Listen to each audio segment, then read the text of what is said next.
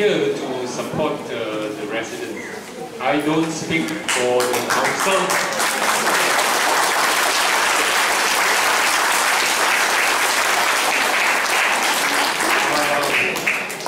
I was elected, the only elected, nominated, appointed council. I was elected by the NGOs in Penang to represent them in the council. Okay? And I've been there for about 15 months. And it's a very, very difficult experience. Trying to get the councillors as well as the MPPP staff to think of Penang in a broader vision. They talk about development, okay, but I don't think what is happening in Penang is called development. Actually, a lot of it is destruction, or mutilation. Okay.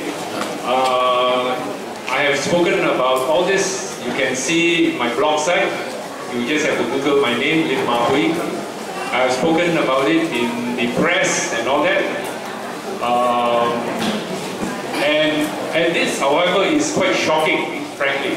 Even I sit in the council and I'm in the planning committee, and I think with Saint Yet, right, who is a resident here as also as council member. I did not know anything about this project. Not that practically all the approvals are done by what they call the one-stop committee, which consists of 4 councillors only, and then the rest are the directors of the MPPP. Okay, so we are not privy to many of these things. But this is indeed very, very shocking. Particularly if I remember correctly, and then you all, I think, as people should push for, this particular government promised, I think after the tragedy of some hill slides and all that in Kuala Lumpur, that they are not going to allow for hill slope development. Correct or wrong? Then I think we have to hold them responsible and accountable that this thing cannot happen like that. Particularly, this must be a catchment area, otherwise they wouldn't have a reservoir here.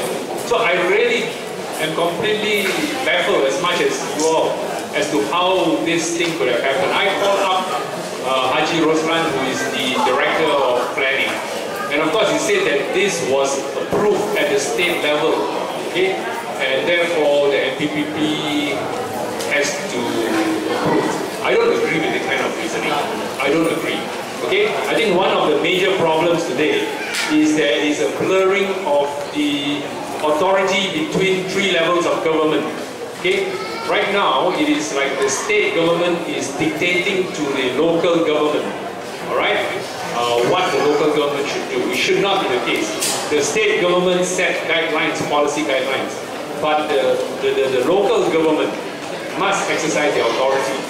And I think a lot of the blame goes to the local councillors themselves who are appointed, and they just follow what the state tells them to do. That is not right.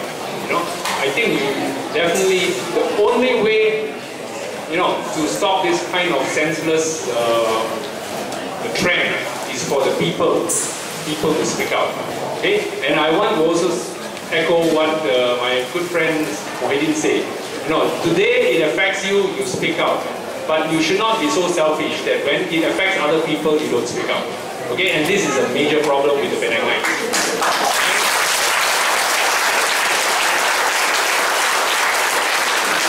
And I'm glad there are people. I live in Tanjung Bungah. Okay, I drove all the way 45 minutes to come here to support you all.